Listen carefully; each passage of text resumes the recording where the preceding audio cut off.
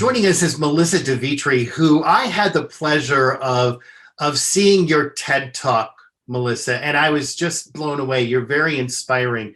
And so for the people who haven't seen your TED Talk, tell me a little bit about you. Hi, everybody. Thank you for having me. My name is Melissa DeVitri. I like to go by Melly. I had the privilege of being the closing speaker for TEDx, which is a platform where people post videos about ideas, inspiration, motivation. And my idea was on the story about my disability. So I have a condition where you're missing the lower piece of your back. For those of you that don't know what I look like full front, I walk with crutching forearm devices.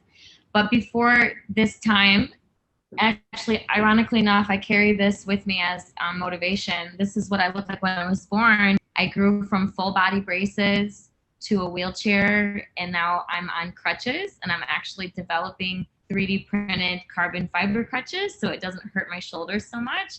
So this life has taught me a lot more life lessons to pour into other people. So I feel blessed. Well, that's why I wanted to talk to you, because one of the things that you're working on is called Still Loading. Tell us about it. So my full-time position is an artist. This piece behind me is one of my abstract pieces. So I have a team online. They work remotely, and we work for an agency called Techno. I founded this for a Detroit techno label in Michigan, and we are the event organizers of an art festival that's coming to the city of Detroit this summer. We named the festival Still Loading because it's like you're almost there, but you're not quite into the summer. So this is going to be the first thing that the community can see, that it's all brought together by entrepreneurs, local artists. We have 2 tents that people can walk through, just all ages, free to the public, for kids, food trucks. Just come out and be social, be creative, be inspired. Come and just look around and just admire. And this art festival, Still Loading Art Festival, is happening in Detroit, and it's coming up in May, correct? Yeah, it will be May 22nd. It's going to be 11 to 11, so you can come in. The city of Detroit is really beautiful. For those who are not familiar with Detroit, like, we went through a big renaissance, a humongous rebirth. Like, the city was not doing well for the longest time. And artists and entrepreneurs and businesses, it was the people of Detroit that brought the city back. So it's something that people want to see right now with the pandemic, and everyone's been having their own personal problems individually, financially, education, kids. This is something that it's like, we are not asking anyone to do anything. We just want you to come and feel like you can be a part of something again, like you're still loading, but you're not at 100. Tell me why this is so special for you. This event will be the largest event that I've hosted on this caliber. So I throw events in the underground community. So from like 11 p.m. to 5 a.m. They're called after hours. So we'll host those in like secret locations and do that whole thing. A lot of people that don't know who I am face to face, they only know of my profile picture. That's like 90% of social media. So when they come and they see that I'm the one that put this on with my condition and everything I have to go through with my health and with walking, like, so I want folks to come and say, wow, she pulled this off with her team. She's a leader. She's a pioneer of Detroit. Walk me through the festival. You had talked about the bright colors, handicap accessible. Talk about that. Yeah, that's a very big thing to bring up, is the accessibility portion. So we want to touch the senses. We want people that they have visual impairment or they have mobility issues. We'll have an ADA platform built for them so that they can go up and they can see everything.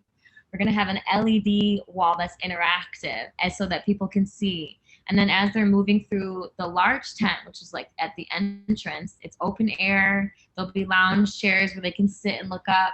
We're going to have paper things made, paper maches. The high school students are working with us. They're developing all of these interactive yarn pieces that go around trees. We're going to have lights hanging. The floor is going to glow in certain areas. We kind of want to make it like it's a pathway. Like, you walk through certain things. you'll take your phone and you'll scan an art installation and they'll give you a QR code. So you'll do an action, you'll collect points, you'll listen to music, but it keeps people in a space for a longer time.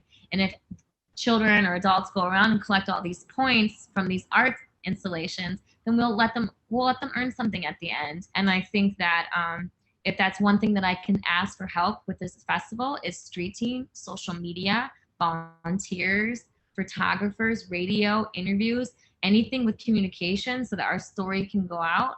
We're going to have a crowdfunding campaign that's going to be circulating around social media for donations of anybody. Melissa, I always end every interview with the same question, and that is, Melissa, what are you grateful for?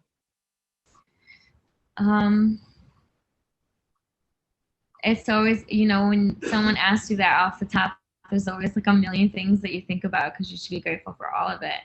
I am mostly, the number one thing that I'm grateful for is my family, because if I didn't have a strong structure growing up and people to take care of me, I would have never been able to be guided in the direction that I'm at now. So, but family is also friends that you choose. So it doesn't have to be people that is directly related to you.